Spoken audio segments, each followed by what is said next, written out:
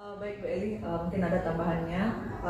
Jadi yang ingin dikembangkan lagi kan kemarin Bu Eli sudah membuat modul sebagus mungkin, juga LPPD-nya sudah bagus. Kemudian yang ingin Bu Eli kembangkan berikutnya di saat PBM itu apa rasanya Bu Eli? Mungkin lebih mencari pengetahuan baru lagi di luar selain di sekolah atau di buku, karena kalau menonton ke buku saja siswa lebih bosan. Jadi mungkin kita lebih cari referensi lagi tentang buku-buku yang bagus di luar, lalu membacanya. Seperti novel-novel terbaru sekarang kan agak kurang kita sekarang bacanya. Apalagi juga tidak fix lagi kalau seperti dulu kan ada novel Laskar Pelangi, novel Laskar Cinta. Seperti itu. Sekarang Jadi, sudah ketinggalan zaman novel-novel yang baru. Jadi harus mencari pengetahuan baru. Ya bagus sekali Bu Eli. Jadi bagaimana kita mengupdate diri ya Bu Eli ya. Kita sama-sama memperbarui ilmu kita lah namanya sesuai dengan kebutuhan siswa pada saat ini. Jadi siswa kita sekarang ini kan generasi Z ya, bagaimana mereka itu mungkin kalau pada zaman kita mungkin novel-novel Siti Nurbaya pun mungkin itu yang kita gunakan. Kemudian Tenggelamnya Kapal Kandar mungkin itu yang kita gunakan. Tapi kalau sekarang mungkin mereka sudah sastra-sastra mereka itu yang udah yang terbaru. Jadi di situ mungkin Bu Eli ya bagus sekali ya Bu Eli ya. Jadi rencananya ke depan Bu Eli sudah bagus. Bagaimana kita mengupdate ilmu kita, terutama dalam memberikan materi kepada siswa, juga nanti sumber belajar siswa itu agar lebih bervariasi gitu ya Bu Eli. Terima kasih. Assalamualaikum warahmatullahi wabarakatuh.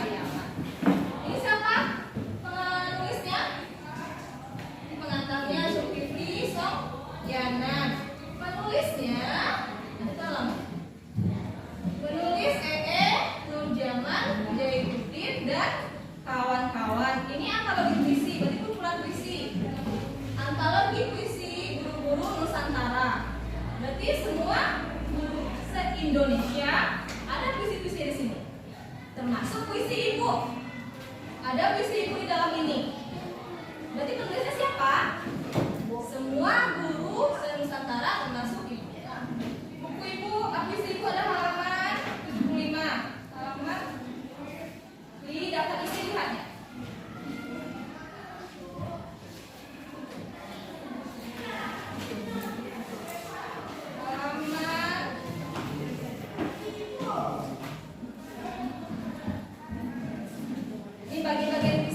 Bagian dari buku juga ada daftar isi ya.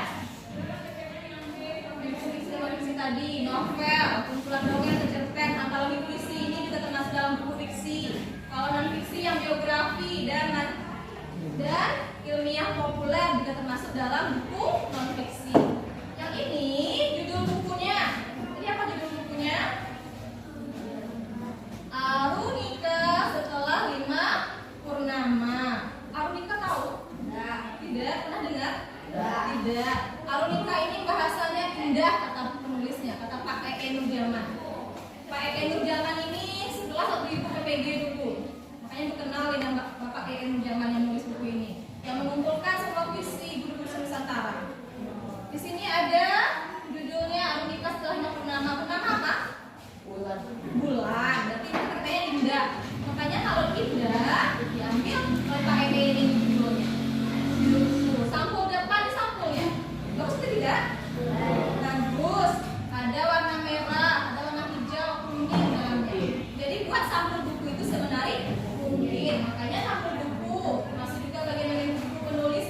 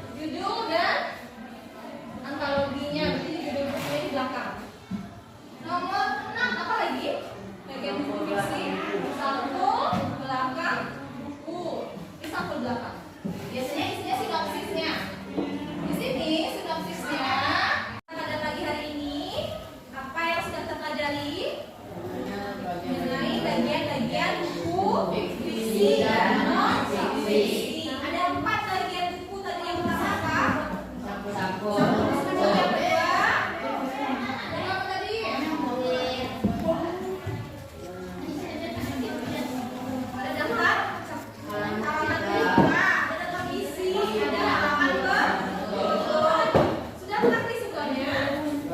Sudah. Terima kasih ya anak-anak semua karena sudah memperhatikan pelajaran hari ini dan terima kasih atas apresiasinya. Untuk pembelajaran minggu selanjutnya kita akan mempelajari tentang fiksi kemarin yang hitam dan U. Silahkan anak-anak pelajari di rumah apa saja. Nanti di halaman 151 latihan tentang cerita hitam dan U. Udah notebook? Udah ngerti pelajaran hari ini? Udah? Untuk mengakhiri pelajaran kita hari ini kita ucapkan hamdalah. Terima kasih atas perhatiannya dan apresiasinya. Assalamualaikum warahmatullahi wabarakatuh.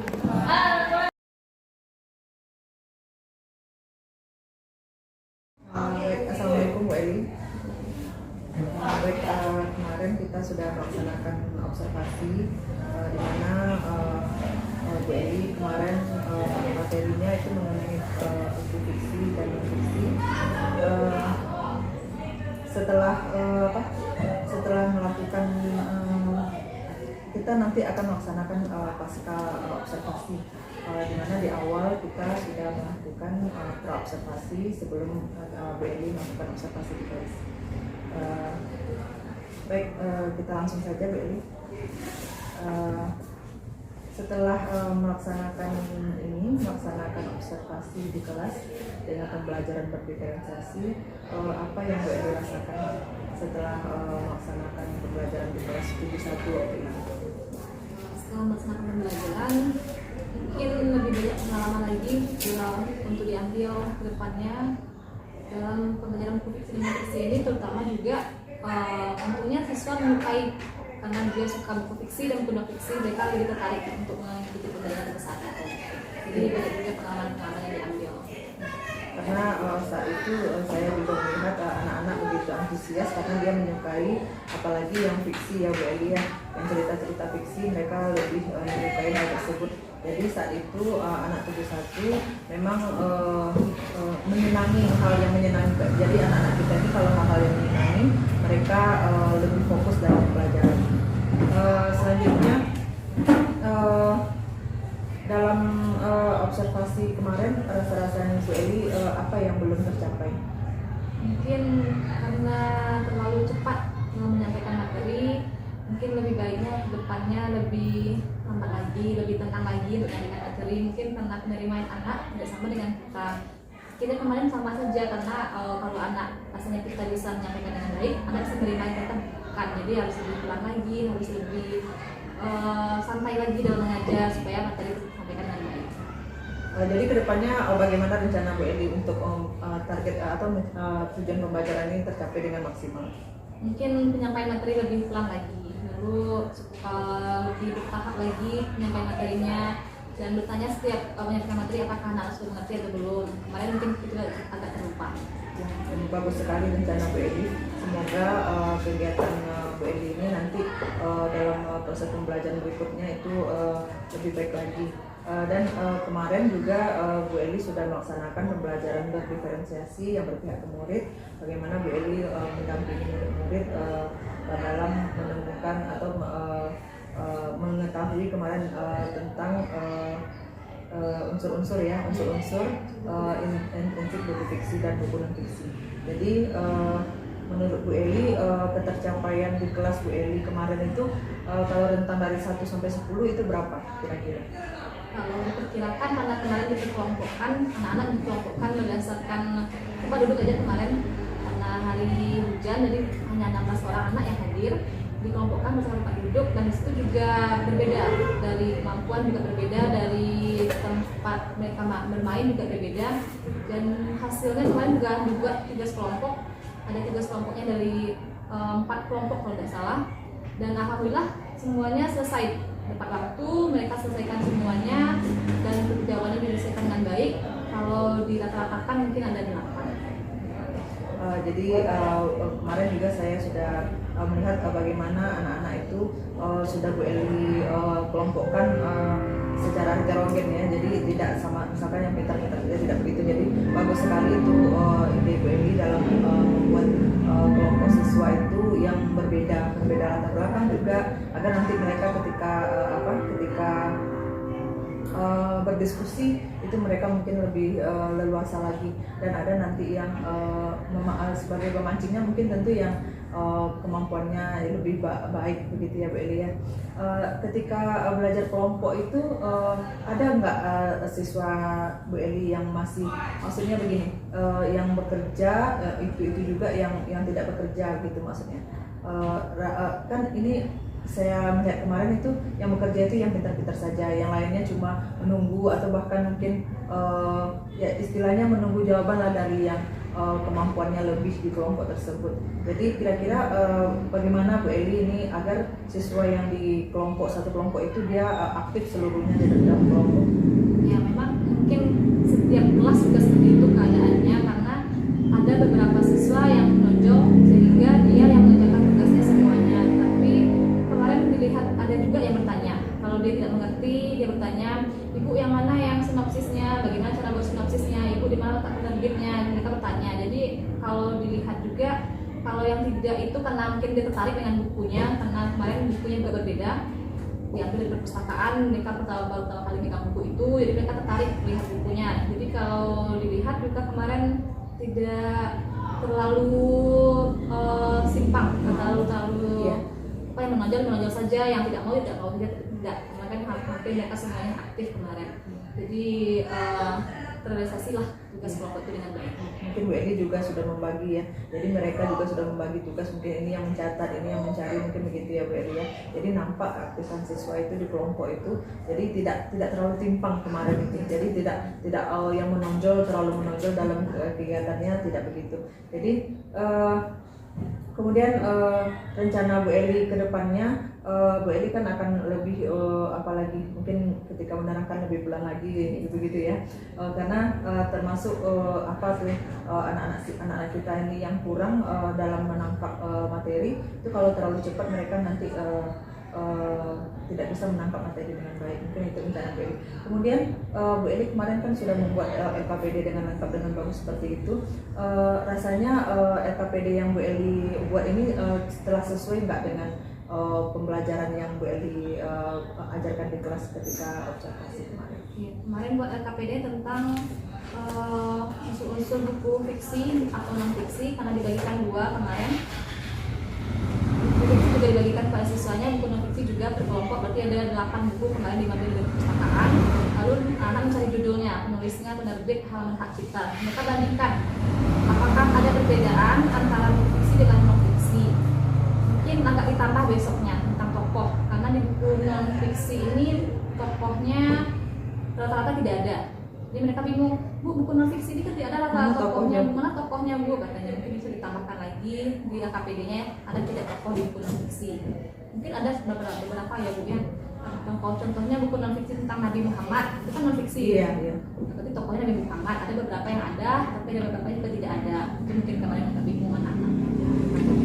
Jadi Bu Eli sudah mencoba ya membuat LKPD yang sesuai juga dengan materi atau tujuan yang akan dicapai. Jadi LKPD Bu Eli ini sudah baik sekali, hingga apa yang dibutuhkan anak itu untuk mencapai tujuan pembelajaran yang Bu Eli ingin capai sudah bisa terlaksanakan. Hanya saja mungkin seperti kata Bu Eli tadi, mungkin ada kekurangannya di sana.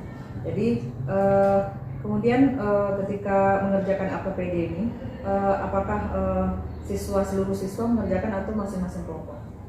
Satu per kelompok kemarin. Satu per kelompok. Dibagikan satu fotokopi ini, dibagikan satu per kelompok. Jadi ada yang menulis tugasnya, ada yang mencari judulnya, ada yang mencari penulisnya di mana letaknya, penerbitnya. Jadi kalau untuk keaktifan juga alhamdulillah kita aktif semua. Ketika itu Bu Eli merasa puas nggak dengan pembelajaran yang Bu Eli lakukan? Mungkin karena banyak juga kekurangannya, kalau untuk kedepannya mungkin dijadikan pengalaman apa yang kurang itu dilengkapi lagi. Kalau untuk puas, sangat puas tidak gitu. Jadi untuk pengalaman kerja, belajar juga dari kesalahan. Anak-anak Bu Eli itu kan kemarin sudah Bu Eli Bu Eli buat kelompok yang berbeda dari yang heterogen ini. Kemudian apakah menurut Bu Eli efektif nggak seperti pengelompokan yang Bu Eli lakukan ini? Ya, kalau untuk heterogen atau diferensiasi dalam kelas itu sudah sangat efektif karena yang pintar tidak hanya kita saja dikelompokkan atau yang mereka berteman sehari-hari tidak itu saja. Jadi mereka juga bergabung dengan teman-teman yang lain. Kemudian ketika mengerjakan tugas kelompok itu bagaimana siswa tersebut trik Bu Eli untuk mereka saling membantu dalam kerja kelompok. Supaya mereka saling membantu, mungkin dibagi juga tugasnya kelompoknya. Ada yang menulis, ada yang tukang mencari di mana halaman bukanya, ada yang disuruh juga membuat sinopsisnya.